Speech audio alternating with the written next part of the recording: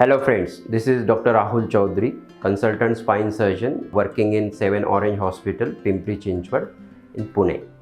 So today we'll discuss about neck pain, and sometimes you're getting pain in the arm or tingling numbness. Why the neck pain has become so common?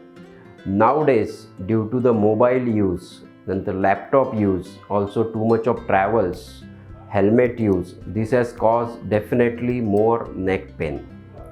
I see lot of patients in the OPD with a severe neck problem, and sometimes the pain in the neck is coming down into the arm. So now we will discuss about the possible causes for the neck pain. As I said, the number one cause is excessive mobile use. In a wrong position, too much of bending position, if you see mobile, you tend to get more sprain on your neck muscles. Again, if you are doing too much of two-wheeler travels, you are using the helmet, that extra load comes on your neck. Also, vitamin deficiencies such as vitamin D3, vitamin B12, it can cause muscle pains and it can damage your disc and the ligaments. Today, most of the patients, they are doing computer jobs, continuous sitting on the laptop and the desktop for hours, also causes lot of neck sprain, and subsequently they are having a severe neck stiffness. So just to summarize, the neck pain usually caused due to excessive mobile use, too much of computer job, long two-wheeler travels with the helmet use, and vitamin deficiencies. So what we mean by the neck pain? On a lighter note, neck pain can occur due to the severe muscle spasm. The neck muscles, which we call as a trapezius muscle. So if you sleep in a wrong position, or if you work in a wrong position for a longer period, you can get a spasm of these neck muscles or a trapezius. We call this as a trapezitis, and this is a very common condition. So in such conditions, we just give some muscle relaxant, anti-inflammatory, we give a soft cervical collar and some rest for few days, and it settles down. It is totally a reversible condition, usually due to the muscle spasm. On a serious note, if we are having a frequent or a chronic neck pain, we may be having a neck pain coming into the arm, or we are getting a tingling or numbness in the arm, then we have to think about more serious conditions such as cervical disc prolapse. What we mean by cervical disc prolapse is a disc in the neck. We have a series of vertebral bodies, the bony blocks, and in between two bony blocks there is a cushion, shock absorber, like a suspension to the car. So this disc usually gets damaged due to excessive neck use, or too much of loading on the neck. Sometimes if you are doing 10-15 years of computer job, so in such situation you may get a damage to your disc, and this is called as a cervical disc prolapse. What can happen if you have a cervical disc prolapse?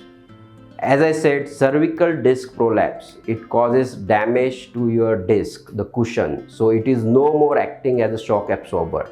So any excess load comes on the neck, it causes friction of bone and bone, and it causes severe neck pain. Other thing, if the disc slips from its position, it directly presses the nerve which is coming out from the spine and going into the arm. So in such situation, they may get an arm pain or a tingling numbness along the nerves. So this is called as a cervical disc prolapse with a herniation. Now, how we manage cervical disc prolapse?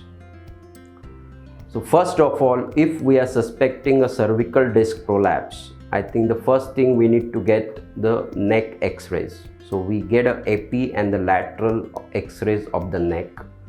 We look for the bones, whether they are normal. We look for the spaces between the vertebral bodies, whether it is reduced. We look for any excess bone formation or any straightening of the neck. So these again indicate that there is something serious going on in the neck. Now next thing we have to do is a MRI of the neck, MRI of the cervical spine. Now MRI is a bigger investigation where we see in detail about the spinal cord, the disc condition, then whether you have any swelling to your joints or ligaments. So all the things we come to know in the MRI. So it is a gold standard investigation to diagnose the cervical disc prolapse. Most of the time, if we have neck pain and the arm pain, we usually treat with the medicines such as muscle relaxant, anti-inflammatory. We give a soft cervical neck collar, and sometimes physiotherapy in the form of IFT, interferential therapy, or a traction therapy. I would say more than 80 to 90% patient, they settle down with the rest medicine and the physiotherapy. Now patients who does not settle down with the conservative treatment with the medicines, in such patients, looking at the MRI, we go for a particular selective spine injection at the site of the nerve if it is getting irritated. So this is called as a selective nerve root block or a spine injection. So sometimes if the pain is not settling down, we consider this treatment option. In lots of patients it gives a good relief, and usually after the pain relief we advise patient to do regular neck exercises. Now there are very few patients who does not get settled down with the medicines or a spine injection, and they may be having a severe nerve compression or a disc problem on the MRI. Now such patient need surgical treatment. So what we mean by surgery? First of all, in the surgery we do a cervical discectomy, where we have to remove the part of the disc which is pressing the nerve, and the damaged disc has been removed. Usually instead of that disc we have to put a spacer. Sometimes we put a plate and we fix that part so that again in the future the similar problem should not happen. So this is called as a cervical discectomy with nerve decompression. Now there are other way also, as we have heard of cervical disc replacement. So in such patients, usually a young patient with a only limited one level problem in the spine, and they do not have excess bone formation. So such patients, we can do a cervical disc replacement. In the cervical disc replacement, we have to remove the damaged disc, we have to free the nerve, we should remove and decompress the nerve, and then instead of putting a spacer or a plate, we put an artificial disc in that space. So let's say if we have a C5 or C6 level problem, we remove the disc and instead we put an artificial disc between the C5 and C6. What is the advantage? If we fix the spine, there will be no movement, so invariably it increases the stress at the above and the below levels in the future. However, if we do a disc replacement, we are replacing one disc with the artificial disc, so we are allowing the movement at the site where the disc was damaged, and invariably it reduces the stress at the above and the below levels.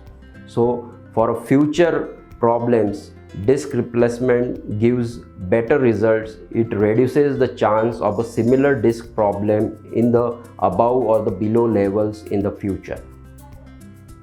So that is the advantage of cervical disc replacement. So I hope you understand completely about the cervical disc problem. So invariably neck pain and the arm pain usually related to the cervical disc problem, and if we have such problem, we should go and meet the spine specialist to completely diagnose this problem. And I hope that you understand all the concepts, and thank you very much. Again, if you have any questions or any doubt, you can always come to 7 Orange Hospital to meet us. Thank you.